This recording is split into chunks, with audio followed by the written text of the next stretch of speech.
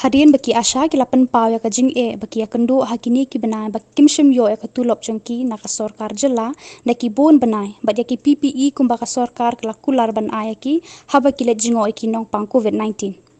Hene ka sngi ka shitarik manta u benai jele war hajar ar phawai uba elhek uba pet ya katanat ka kot ka khya haba ya kran shikilat pathai khubor ulaya tho ba ula tho shithi shau chief minister ka jela u konrat ke sangma ban pelat no ya katulop jengki Asha but ula ongru ba ya ki PPE ki Asha ki la ban yo na ki CHC lani ki health sub center.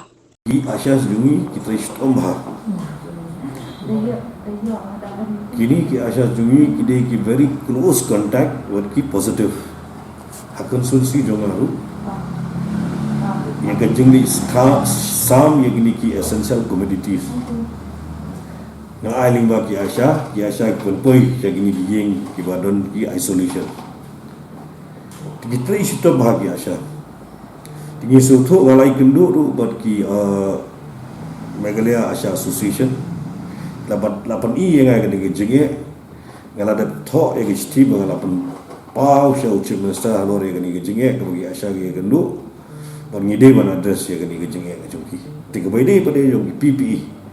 Nada kadang gunu ka kinu ki Asha ki bateri gunu ki health center.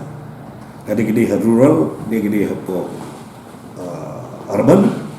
Kita berwan lingba jongki urban health center, rural health centers kini ru bukit pani ki jono kami jongki ke baidai na gabanta ke jingada jongki ru ke PPE ke sanitizer kini katai ki mask ni katai ni menyo na health department na tu tega ngala immediately hi ngala endorse ke chief minister dan address ke jingada jongki ki health worker ki nurse bagi Asha dengan panyo ki doktor ki bateri po ki hospital makiru ki dongkam yang kini ke mana yang quarantine wah tingkani kalau bat keladon ke wei jakah apa penterba seperti fi kade ke lead school ada wei terai jong ke school tu ke still la asinga dengan la fa siapa ke department bagi ong ken ais months ngauha yang kata ke school ke balabiang tu duduk ke ke light ke labiang tu jaga sa tangkap tu ni ki furnitures kepada penbiang negara yang kita serkar